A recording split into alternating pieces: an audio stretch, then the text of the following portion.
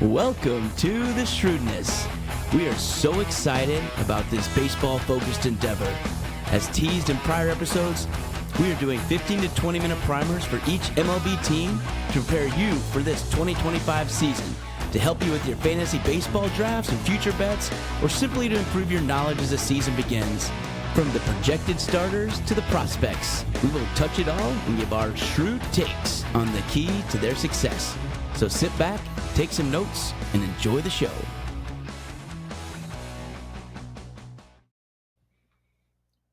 Hey, Shrewdness fans. Welcome to our special edition of Shrewdness Baseball. We're going to talk about Major League Baseball upcoming season. Throughout the next X number of weeks, we're going to cover every team, go through kind of the highlights, maybe some notes coming out of the 24 season into the 25 season, what's changed, lineups, starting rotations, projections, all that kind of stuff. We're going to hit each team, like I mentioned, and give you our take on how the season's going to go, maybe some tips and tricks for your upcoming fantasy baseball draft. And if you're into sports gambling, maybe some over-under projections or which teams we would like in a certain direction versus how they're projected on FanDuel and other gambling websites right now. So with that, let's launch right into it. All right, you're going to have some degree of variation because we've kind of split these teams up into each of the Shrewdness people kind of being the main person, so we all didn't have to go through and do each individual one because we all are trying to be a little bit more efficient. And I started off at random, and the randomness that I got was the former Oakland A's. They are maybe the Sacramento A's. They're just the Athletics. I think that's the only consensus thing they are right now. They're not Oakland. They are not Oakland, but I've seen them referred to just Athletics, full stop. I've seen them called the Sacramento Athletics or the Sacramento A's. So I don't know. They're going to be something. They could do something like what Washington football did. They could be the Oakland baseball team. Probably. Or not the Athletics baseball team. I already messed it up. Exactly. The Athletics baseball team. We're going to mess it up more. It probably won't be the Washington Oakland baseball team. Yeah, former nickname. I promise that. All right. So what I realized in going through with the Athletics was that if it had not been for the Royals last year, we would all be talking about the amazing turnaround for the Athletics. So last year, just for example, their over-under in the books was 57.5 wins, which of course would be like 102 loss projected season. They ultimately had 69 wins, blowing out 11.5 over on their over projections. And even their projections from Fangraphs and Pacoda / Baseball Prospectus were 63 and 65 wins. And so they beat those pretty handily as well. We're going to reference these relatively often. So Fangraphs uses something called Zips, and Baseball Prospectus uses Pacoda. They're different projection models. They actually often project down to the player, and they also project to the team. And so it's important because that's probably everybody's best guess. And shockingly or not shockingly, you'll see that often correlate between the gambling over-unders and the current projections. So for this year, as of today, February 16th, I think I want to go ahead and throw the dates in while we're doing these because subject to change, free agents can get signed, people can get hurt in spring training, etc. But today, Fangraphs has a 76 projected win total, which is pretty close to actually like playoff relevant baseball, whereas Baseball Prospectus / Pacoda has 70.6. And right now today, FanDuel has them at 71.5 wins. Which would probably shade them over. That number was at 70.5 about 7 days ago, so people have been kind of hammering the over. People are, as they say, bullish overall on the Athletics. When you go through their roster, you can see why. They generally have a 20s grade, like a 20s and age team. Like basically everybody is 20s. And they are all kind of either heading into their peak or their square peak. And very few people are actually below replacement level on their team, at least as performed last year. Probably the worst performing person they had last year was Jacob Wilson. who was a prospect last year. He got in some games last year. He played slightly below replacement level, but his slash line prior to getting called up was he hit .433 with a .473 OBP, and his OPS was 1.41 in AAA. Like, dang. We're talking like the guy had to be in the majors and was kind of like soft when he got up. But he is a right-handed shortstop. He's 22 years old. And I'm very bullish with those kind of numbers that he's going to ultimately end up being way better than replacement level. And so everybody else is pretty great. Capstone is, of course, Brent Rooker's season last year before he got injured. I mean, he ended up posting a 5.6 WAR. He just kind of missed down ballot MVP type discussion. He hit .293. His OBP was .365, and he had 39 homers as a DH / outfielder. Yeah. I remember, so from a fantasy perspective, Brent Rooker last year carried people because, for one, he was undrafted for the most part. And then if you did pick him up in May after he started showing something, most times a lot of those people, if you do really well in April, May, normally you don't the rest of the season. But Rooker actually stayed pretty consistent the whole year. I remember picking him up on my particular fantasy team last year, and he was very helpful, and he kept the counting stats going. And nobody saw 39 homers. But I have a particular affection for him because he was initially drafted by the Twins. So I always kind of accidentally follow people. So when they dominate for other teams, like, gah, especially when you look at the Twins outfield. But anyway, I digress. Just wanted to highlight he was a big surprise last year. Yep, and had a cup of coffee with the Royals where he met Vinny Pasquantino. They ultimately ended up with the same agency. They're off-season workout partners. No way. Yeah. Him and Rooker, Squatch, huh? Yeah, Rooker and Squatch are like big time. And so he's 30. He's probably got 4 years. If he can maintain this, he's going to be an all-star. He probably will be their all-star this year. Their downfall is, of course, their pitching, and they had some pretty substantial turnover. They signed Luis Severino. He's 31-year-old right-hander from the Yankees last year. He ended up having a pretty substantially decent starting pitching role. He pitched to a 3.91 ERA. He had 161 strikeouts. So they're hoping at 31 he's going to maintain that. He's at least going to be a pretty good innings eater. He's technically their ace. Yeah, John Severino, I mean, just a little touch point on him is he was back in the day. I mean, he's 31 now, but coming up through the system, he was their top prospect for the Yankees forever. And then he was really, really good for a couple different seasons. Then injuries just decimated him for season after season after season. He could just never get back on track. And so last season, the fact that he got 182 innings, that was the biggest thing for him, was his pitching. Just I started to say the same thing. 180 innings is not overload, right? But it's substantial for somebody that's been injured a lot. It's the new 200 for the current league too. In reality, no one really does 200 anymore. Right, exactly. Roast pitchers, they laugh at 200 innings. Yeah. And so then their number 2 is a fascinating deal. They traded Tampa Bay for a guy named Jeffrey Springs, who they're trying to hope is like some type of Tampa Bay retread fixed prospect type person. He's 32-year-old right-hander. He had a pretty good run with some limited starts, and so they didn't give up a lot, but they got him. They're going to give him a trial as their number 2. And then for him, probably their best overall performing pitcher was J.P. Sears, who's kind of projecting as their 3rd. He ended up with a 438 and 180 innings with 137 strikeouts. It's overall a creditable start. It's probably middle of the road, but it's not embarrassing. Yeah. Like, they're going to be in games because they've got high 20s to low 30s. They've got to bounce right, left with their starters. Everybody showed some degree of resilience last year. There's a strong likelihood they're going to be at least kind of that middle of the pack bullpen with what we talked about, like a better than average overall lineup. Can I do one more little blob on that guy? Yeah. So for Jeffrey Springs, and the thing is, so Oakland's taken some flyers on some exceptionally high upside pitchers. So Severino, he was an all-star. He was in the Cy Young conversations just a few years ago. Jeffrey Springs in 2022 for Tampa, the reason there was so much excitement for him is because he was kind of doing some relief, and then they put him in the starting rotation. He finished 2022 with a 2.46 ERA, a 107 WHIP, but it's just an absurd. Like he was 144 Ks to 31 walks, and when you're kind of looking at that, a good ratio is 4-1 is elite. So he was closing in on 5-1 that season.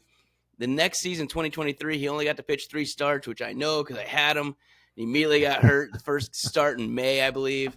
But he's 2-0. He had 24 Ks to 4 walks in 16 innings starting off 2023, and then out. Tommy John, I believe, is what it was. And then he came back at the end of last year. He did well. 7 games. He's still doing just fine. But I think if they're hoping if they can have that, and he hasn't had any bad season since Tampa got him from Boston in 2020. So his last bad year was at Boston. So if they have Severino and Springs do what they're supposed to do, and Sears, like you're talking about, Lou, I think that over-under could be on the high side as long as their offense clicks a little bit. Yeah, no, that's the first thing I realized was that they have a lot of – there's, of course, variability, but in general, I didn't see a substantial amount of holes in their lineup. Like they're going to be in that consideration for a 500 type record if things continue to move in a positive fashion. I would say their bullpen is a little bit less.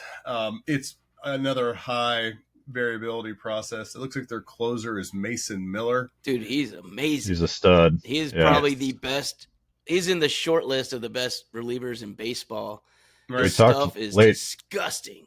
I think late last year we were talking about we wanted to get him for killing, the Royals. Yeah, killing to have a late season pickup like that guy. But he stuck with Oakland. Yeah. Or they stuck with him, I guess.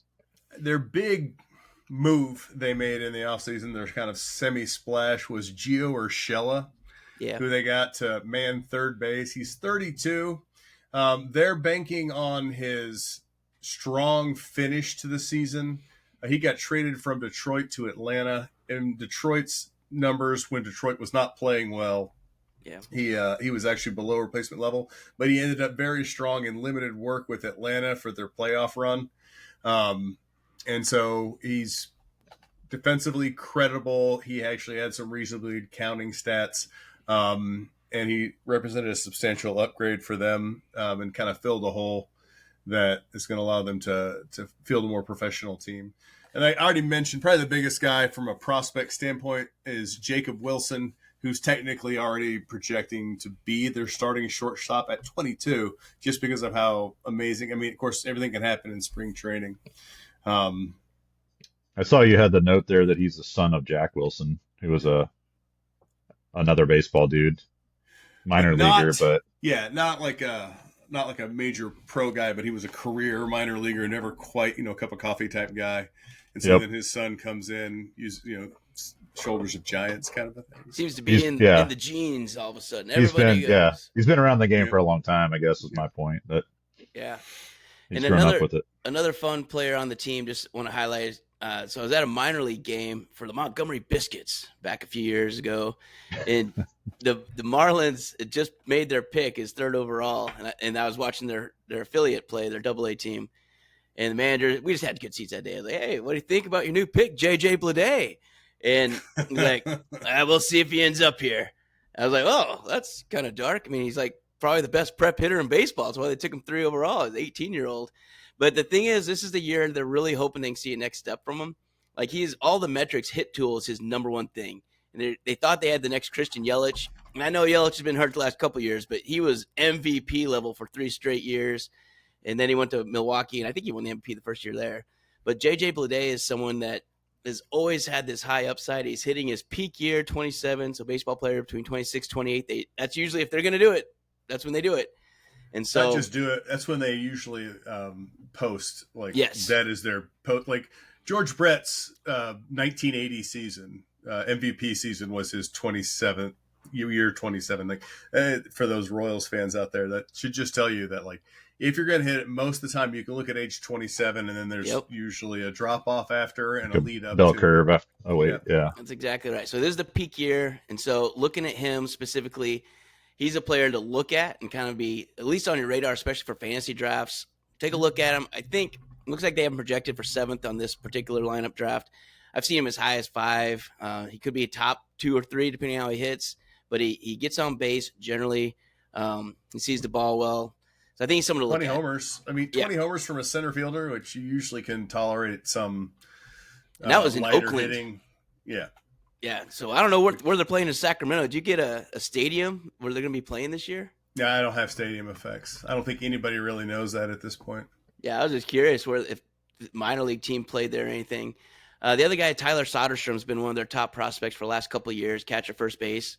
So he's someone they've been really excited about. He's 23. He's a young kid. And catchers take a long time to kind of get up to par unless you're Ivan Rodriguez. There's very few of him in the world, and Mike Piazza's.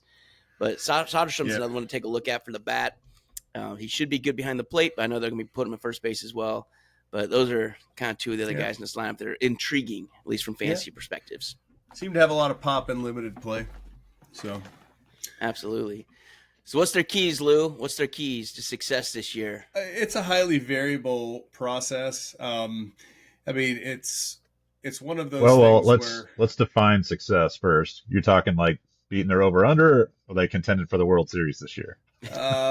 I think that they are the high side, the 5%er, the rolling one on a D20 kind of a thing, or a 20 on a D20, however you want to look at it. Everybody's got like a range of outcomes. Yeah. I think they could win the West if everything breaks perfect. I don't think the West is amazing. We're going to continue to look at all of the teams, but last year the West was not amazing. It was good, but it wasn't amazing. And if they could get, kind of what the Royals did where they catch lightning in a bottle, Luis Severino looks great. Jeffrey Springs plays like he did a couple of years ago. And they have step forwards from a very young lineup, and Britt Rooker kind of continues to hold this team could win 85 games, and it wouldn't be that shocking. That's just going to be but the likely answer is where they're projected is hopefully playing some meaningful baseball in August or September, where they're pushing some people. Likely not going to have it this year, but if they continue to project like they're projecting, they're going to be an interesting team in the next few years. Nice. And the thing is, in their division too, what you're highlighting is they get to beat on the Angels too, so that's kind of nice. The Mariners have to be consistent. Who knows? And Houston's gotten rid of most of their top talent, so it'll be interesting. But go ahead, Prue. Yeah, I was going to say, if they can get to 500, I think they would consider that a winning season for them. Right? From a couple of years ago when they were terrible. Last year, as long as you were basically at 500, you were playing to like the last game of the season. Yeah, exactly. So that's what I think you're looking at here is super competitive league last year. If you can just be happy watching games and being excited for the full season, that's a win for me, man. Yeah. I'm not a Yankees fan. I'm not a Dodgers fan. You just want to be like there, and then you hope for some like nonsense because you're never going to have a $40 billion payroll. So that's right. So outside of Mason Miller, when you're looking at the bullpen, did anyone stand out to you as being someone to look at?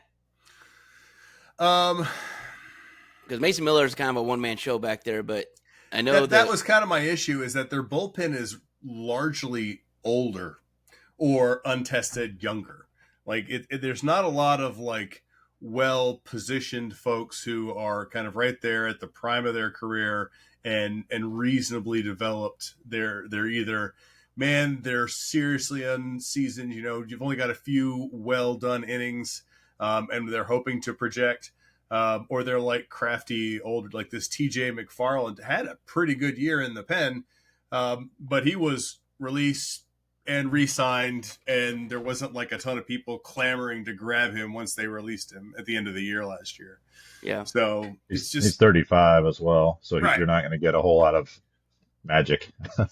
Out of him. He's that's like their like stalwart who had one of their bigger inning loads last year with reasonable production. But I mean, he had 39 strikeouts and 56 and 2/3 innings. Like you got to miss bats in the modern era. The back end. Yep. So that's probably not enough, huh? All right. So for the last little gambling take with the 71.5 over under currently as of February 16th, where you sit? Where should we put the money on? Where should the Shrewdness fans go put their loots, over or under? Well, I think that there's just so much, and what I think is going to happen is Jacob Wilson's going to end up being well above replacement, maybe not. I mean, I'm like 2 or 3 wins.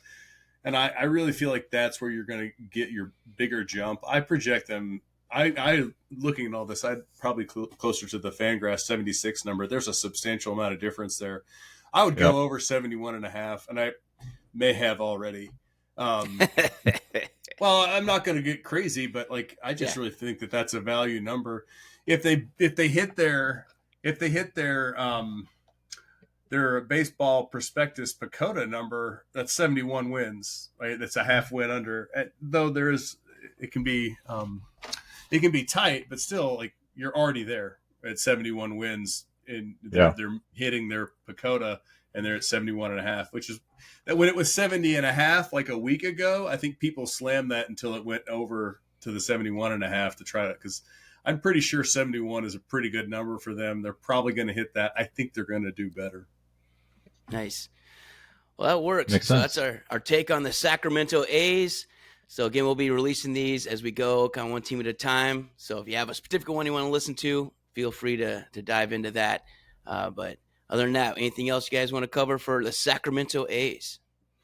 Nope. This exercise, I think, was a pretty well done process. I think we're going to continue this, and we're going to rotate through each of us coming through and talking about the different people. So, Yep, that sounds it like a wrap for the A's. Catch us next time when we review another team. Take care.